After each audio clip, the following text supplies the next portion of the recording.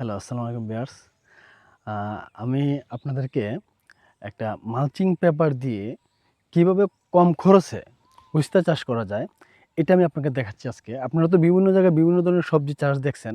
তো আমি আপনাদেরকে আজকে একটা জমি দেখাবো, যেটাতে খুব কম খরচে উস্তা চাষ করা হয়েছে। মানে মালিকে টমেটো চাষ করছিলেন। টমেটো চাষ করার পরে উনি ওই এই জমিতেই উস্তা চাষ করছেন। টমেটোর যে খরচটা ছিল ওই খরচ দিয়েই সে উস্তা চাষ করেন এবং সে এখান থেকে প্রায় ১.৫-২ লক্ষ টাকার মতো সে আয় করছে।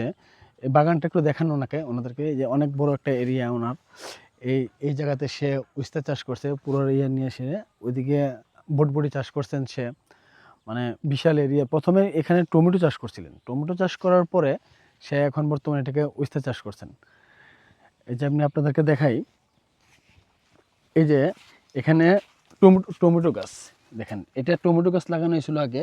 টমেটো গাছ লাগানোর পরে টমেটো গাছ থাকার অবস্থায় সেই যে উস্তা গাছ লাগাইছেন।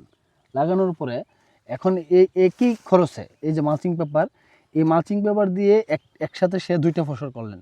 এখন বর্তমানে সে ইচ্ছে করলে আরেকটা ফসল সে করতে পারবে একই মালচিং পেপার দিয়ে, কারণ এটা পেপারটা এখনও ভালো আছে। এটা তুলে সে অন্য একটা সবজি চাষ করতে পারবেন। আপনারা দেখেন যে এই মালচিং পেপারে উস্তা চাষটা যে করছেন সে, তার কিন্তু উস্তা চাষে কোনো খরচ হয় নাই। খুব কম খরচ, শুধু বীজ লাগাইছেন আর টুকটাক যা পরিচর্যা লাগে তাই সে করছে। তো এই জিনিসটা সবাই এটা জানে না, এই জন্য আপনাদেরকে এই জিনিসটা দেখানো আর কি। এবং উস্তা উনি প্রায় পাড়া শেষ পর্যায়ে চলে গেছেন। তো মোটামুটি উনি অনেক লাভবান। যাক, আপনাদেরকে এই জিনিসটা দেখানোর জন্যই ভিডিও করছে। ভালো থাকেন। আসসালামু আলাইকুম।